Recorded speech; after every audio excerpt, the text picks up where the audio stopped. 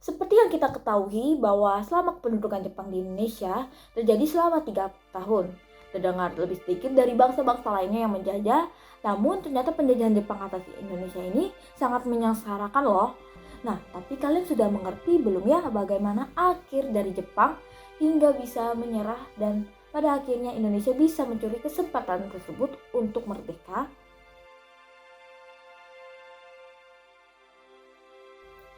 Jadi, pada awalnya Jepang mulai masuk ke Indonesia pada 27 Desember 1941. Pada 11 Januari 1942 mereka mendarat di Tarakan dan Manado. Dua wilayah tersebut diduduki dengan serangan cepat yang membuat Belanda tidak berkutik dan semakin lama semakin banyak wilayah yang sudah dijajah oleh Jepang. Di saat yang bersamaan terjadi Perang Dunia Kedua yang melibatkan Jepang dengan pihak sekutu sehingga membuat jalinan mereka belum sempat membaik hingga saatnya pada tanggal 26 Juli 1945 tiga pemimpin negara yang bergabung melakukan konferensi di Potsdam. Isi dari deklarasi Potsdam diantaranya Jepang harus menyerah tanpa syarat kepada sekutu atau pilihan lain untuk Jepang adalah kehancuran total yang akan dilakukan oleh pasukan sekutu. Dengan demikian, pemerintahan Jepang diberikan kesempatan untuk memilih mengakhiri perang kepada sekutu dengan cara menyerah tanpa syarat atau memilih penghancuran secara besar-besaran.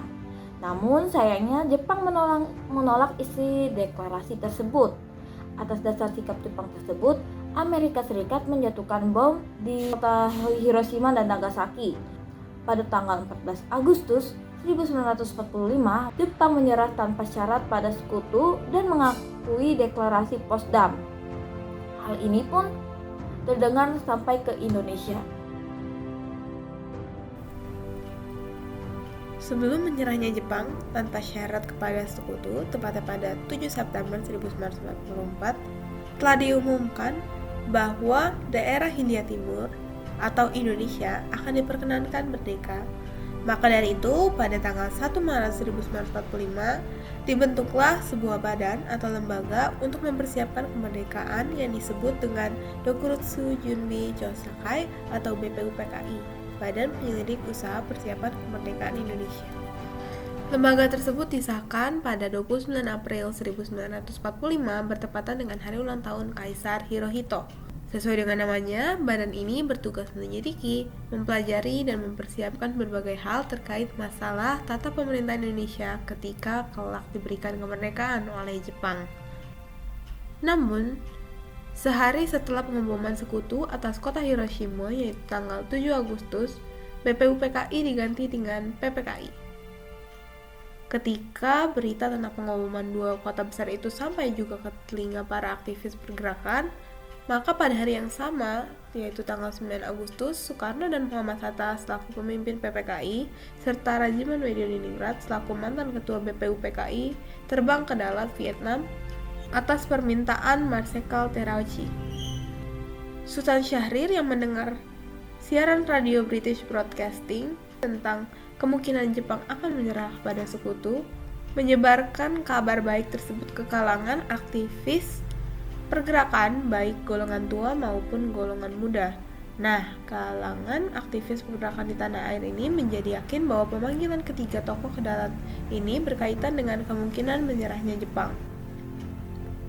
Maka seiring dengan keberangkatan Soekarno dan Hatta, para aktivis pergerakan di tanah air, baik tua maupun muda, mulai membicarakan rencana proklamasi kemerdekaan. Hampir tidak ada yang keberatan untuk melaksanakan proklamasi dalam waktu yang secepat-cepatnya. Pertimbangan mendasar segera dilaksanakannya proklamasi adalah adanya kekhawatiran bahwa jika sekutu akan menjadi penguasa selanjutnya. Namun, hal tersebut menjadi sumber ketegangan baru di kalangan kaum aktivis dan tokoh pergerakan, terutama antara golongan tua dan golongan muda. Alasan dan dampak dari ketegangan antara kaum muda dan kaum tua. Perbedaan pendapat antara golongan tua dan golongan muda adalah berkaitan dengan pelaksanaan proklamasi kemerdekaan Indonesia, dari mulai proses persiapan hingga pelaksanaan proklamasi itu sendiri. Pada waktu itu, golongan muda menghendaki, yang pertama ada menghendaki proklamasi kemerdekaan Indonesia diselenggarakan secepatnya pada tanggal 16 Agustus 1945. Yang kedua itu ada menghendaki proklamasi kemerdekaan Indonesia terlepas dari pengaruh Jepang. Yang ketiga itu ada menganggap PPKI adalah buatan dari Jepang. Dan yang keempat itu ada menganggap golongan tua sangat lambat. Pada waktu itu juga golongan tua menghendaki yang pertama, menghendaki cepat atau lambat proklamasi kemerdekaan Indonesia itu tidak penting. Tapi pada dasarnya proklamasi harus disiapkan secara matang. Yang kedua itu ada menghendaki Indonesia dapat merdeka tanpa adanya pertumpahan darah. Yang ketiga, menghendaki proses proklamasi kemerdekaan melalui rapat PPKI. Dan yang keempat itu ada golongan tua lebih bersikap berhati-hati. Dan dengan demikian, perdebatan atau ketegangan antara golongan tua dengan golongan muda menjelang proklamasi kemerdekaan Indonesia terkait tentang waktu yang tepat untuk proklamasi kemerdekaan Indonesia. Golongan muda yang ingin kemerdekaan diproklamasikan segera setelah Jepang menyerah dan sebelum datangnya pasukan sekutu, termasuk Belanda, ke Indonesia untuk menghindari vacuum of power atau kekosongan kekuasaan. Golongan muda dipimpin Chairul Saleh menggelar rapat di ruang laboratorium mikrobiologi di Pegangsaan Timur. Dan rapat tersebut menghasilkan keputusan untuk mendesak Bung Karno untuk melepaskan ikatannya dengan Jepang dan harus bermusyawarah dengan pemuda. Namun nyatanya Soekarno dan Hatta bertahan pada pendirian mereka. Hingga akhirnya kecewa atas sikap Soekarno, mereka memutuskan untuk membawa Soekarno dan Hatta keluar dari kota. Penculikan itu menjadi alat golongan pemuda untuk memaksa Soekarno dan Hatta agar segera memproklamasikan kemerdekaan tanpa campur tangan Jepang. Desa Rengas Dengklok di Karawang, Jawa Barat dipilih dengan pertimbangan bahwa daerah tersebut jauh dari jalan raya sehingga gerak-gerik tentara Jepang mudah dideteksi. Golongan muda berusaha meyakinkan Soekarno dan Hatta bahwa Jepang sudah menyerah dan rakyat siap melawan Jepang apapun resikonya. Maka pada hari yang sama di Jakarta terjadi kesepakatan antara Wikana yang mewakili golongan muda dan Ahmad Subarjo yang mewakili golongan tua. Isi kesepakatan itu adalah bahwa proklamasi akan dilaksanakan paling lambat tanggal 17 Agustus. Maka dari itu, Ahmad Subarjo bergegas ke Rengas Dengklok dan membawa Soekarno dan Hatta kembali ke Jakarta. Akhirnya dipilihlah tanggal 17 Agustus atas pertimbangan yang matang dan atas permusyawarahan yang mufakat. Kemudian Soekarno beserta rombongan tiba di Jakarta kembali pada hari yang sama, tepatnya pada 16 Agustus 1945 pada pukul 11 malam di kediaman Laksamana Muda Maeda Tadashi, tepat beberapa jam sebelum proklamasi dikumandangkan. Rumusan proklamasi yang sudah jadi pun diketik menjadi teks proklamasi oleh Syuti Melik dan Soekarno serta Hatta menandatangani teks proklamasi tersebut dan akhirnya dikumandangkan isi teks tersebut.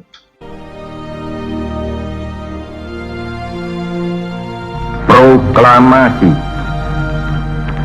Kami, bangsa Indonesia, dengan ini menyatakan kemerdekaan Indonesia. Hal-hal yang mengenai pemindahan kekuasaan dan lain-lain diselenggarakan dengan cara saksama dan dalam tempo yang sesingkat-singkatnya. Jakarta, 17 Agustus 1945, atas nama bangsa Indonesia, Soekarno, Hatta.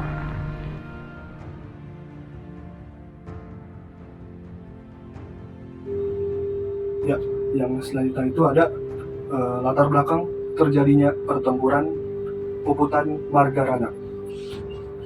Latar belakang munculnya Puputan Margarana sendiri bermula dari perundingan Linggarjati.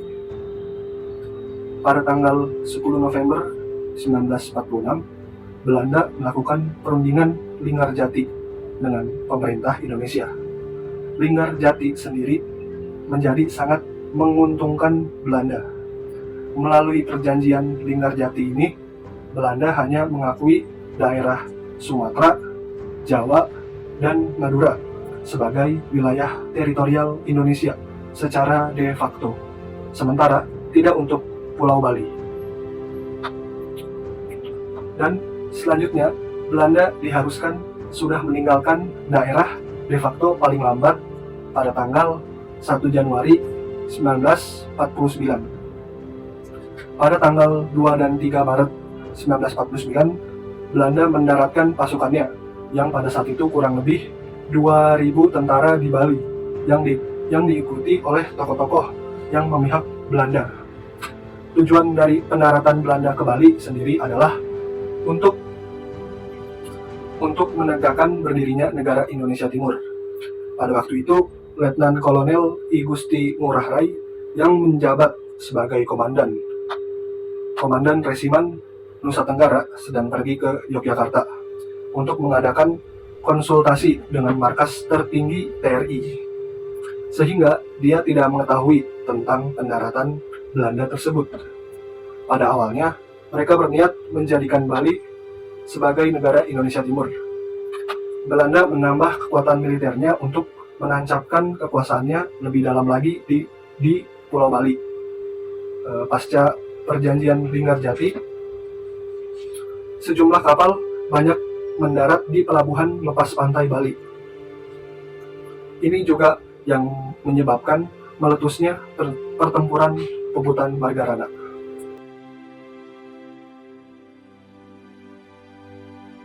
Pertempuran di Bandung sering juga disebut dengan Bandung Lautan Api karena pada tanggal 23 Maret 1946, para pejuang Indonesia membumi hanguskan Bandung bagian selatan untuk mencegah tentara Sekutu dan IKA menggunakan semua fasilitas sebagai markas strategis militer mereka.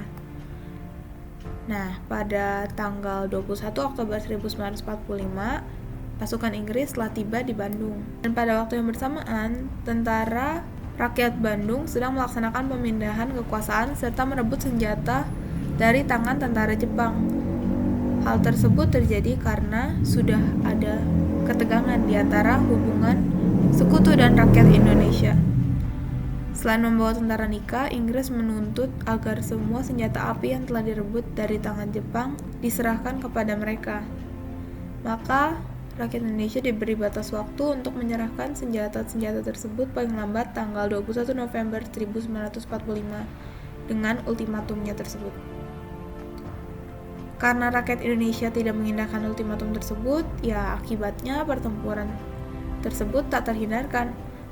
Pada tanggal 21 November 1945, TKR dan badan-badan perjuangan lainnya melancarkan serangan terhadap wilayah kedudukan Inggris di bagian utara. Pada 23 Maret 1946, tentara Sekutu kembali mengeluarkan ultimatumnya juga, dan kali ini menyuruh agar tentara rakyat Indonesia mengosongkan seluruh kota Bandung.